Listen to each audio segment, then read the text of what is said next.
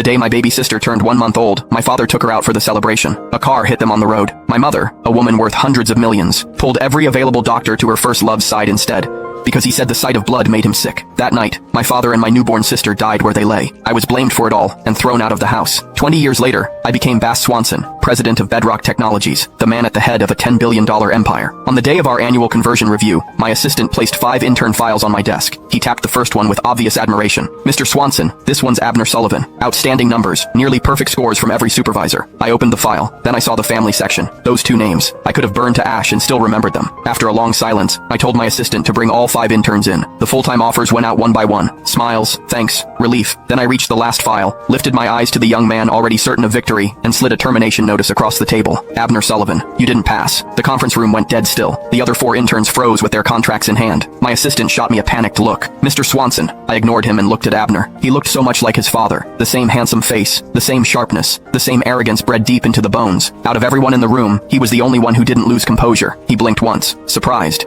then calmly opened the folder he'd brought and laid out his documents. "Mr. Swanson, I interned here for 3 months. I handled 4 projects and led 2 independently. My client renewal rate was 100%. His voice was steady, neither humble nor rude. I received top evaluations for 2 straight quarters. My numbers are the highest in my cohort." He paused and met my gaze. "That makes me first among everyone who started with me. If you're cutting me, you owe me a reason." His chin lifted a fraction. No panic, no hurt, only offended pride, the kind that came from growing up protected, cherished, certain the world would always make room for you. I leaned back and let the silence drag before I answered. "There's no reason." Abner's face tightened. "This is my company," I said. "If I want to let you go, I will." A crack finally showed. He recovered fast and gave a cold laugh. "Mr. Swanson, this is workplace bullying." He shut the folder. "If this gets out, it may affect your company's reputation." I smiled faintly. "I'm not bullying you. If this feels like bullying, maybe that says more about you. People who are actually clean don't immediately assume they're being targeted. Only guilty people do." That landed. For the first time, real anger flashed in his eyes. My assistant leaned close and whispered urgently, "Mr. Swanson, please reconsider. He really did perform exceptionally." And the board checked his background. His mother runs Sullivan Group. She's Kay Sullivan. I cut him off, then looked back at Abner. "That's your mother, isn't it?" He straightened at once, pride returning. "So you've heard of my mother." There was no hiding the confidence in his voice now. "Then you understand. Keep me on, and someday there may be a partnership between Bedrock and Sullivan Group." He said it like he was offering me a gift. 20 years on, the Sullivan Group was nowhere near its former glory, but it was still far above most companies in this city. "No need," I said. His expression froze. "I don't want anything from the Sullivans." I held out the letter. "Now you can go." That finally broke him. His face flushed red with fury. "Fine." He snatched the paper off the table. "Mr. Swanson,